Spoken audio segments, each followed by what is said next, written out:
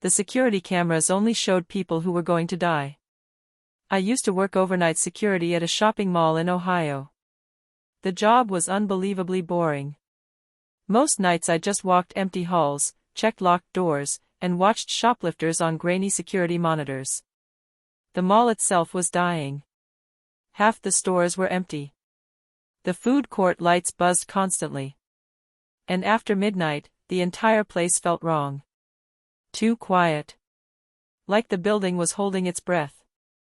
There were only 2 rules the older guards took seriously. Never enter the old maintenance tunnels alone. And never watch camera 15 after 3 a.m. Naturally, I assumed both rules were stupid.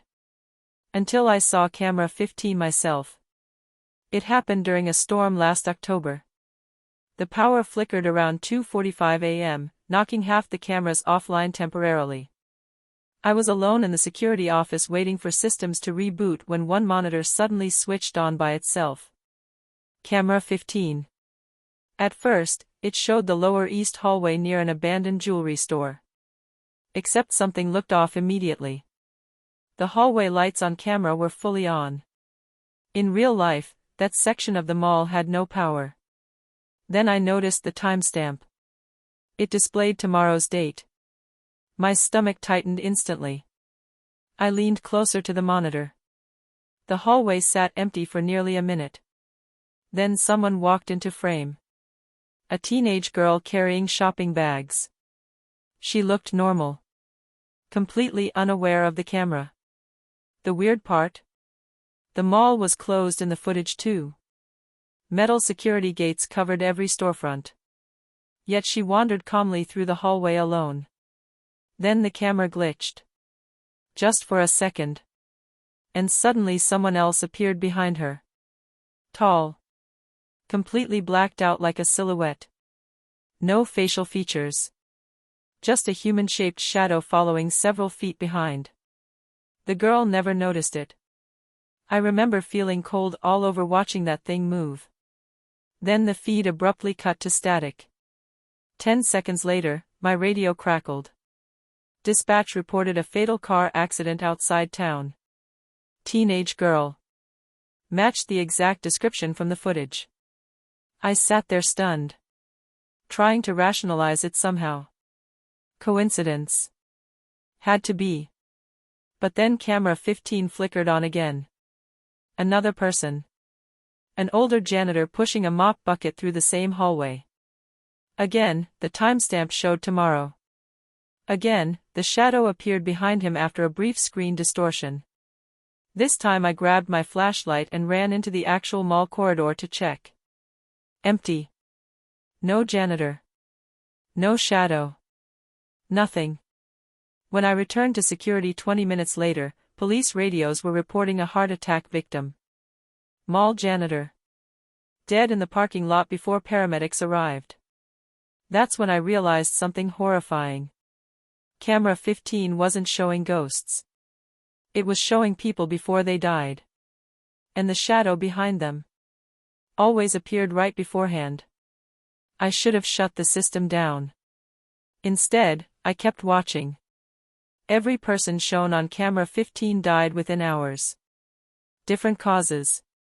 Accidents. Falls. Suicides. But always the same pattern. The shadow appeared behind them first. Around 3:30 a.m., the feed changed again. This time, the camera showed the mall entrance. And standing there was me. Future me. Same uniform. Same flashlight clipped to my belt. The timestamp displayed 4:11 a.m. I watched myself walk nervously through the hallway, glancing behind me repeatedly. Then the screen distorted violently.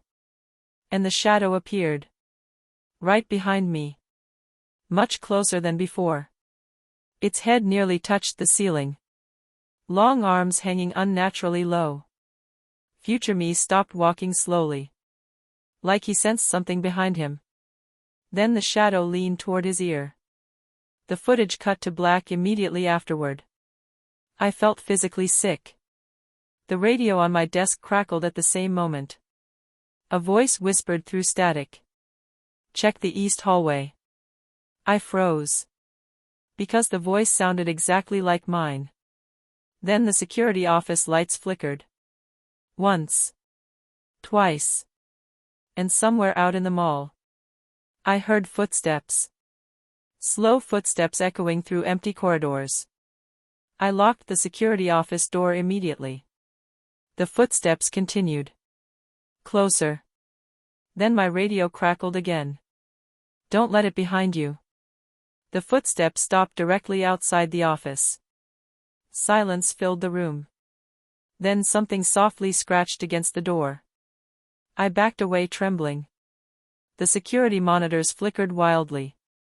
Every screen now showed the same image. The hallway outside the security office. And standing outside the door was the shadow. Except on camera, it looked clearer somehow. Not entirely human-shaped anymore. Its body twisted unnaturally like smoke trying to imitate a person. And where its face should have been, there was only darkness. Then all the monitors switched again. Now they showed me inside the office from different angles. Angles impossible for the existing cameras. Like something inside the room was already watching me. My radio whispered softly. It sees you now. The scratching at the door stopped. Then came 3 slow knocks. I don't remember deciding to run. I just did. I bolted through the emergency exit into the rain outside and never went back. I quit the next morning without explanation. A week later, another guard called me. Apparently security found something strange after I left. Camera 15 had been disconnected for over 12 years. The wiring behind the monitor had completely rotted away. Meaning it shouldn't have been capable of showing anything at all. The mall closed permanently 3 months later. Most of it was demolished. But the old east hallway was left standing because of structural issues. Last night, I received an email with no sender attached. Only a video file. The footage showed my current apartment hallway. Timestamped tomorrow's date. And standing behind my apartment door was the shadow. Waiting for me to come home.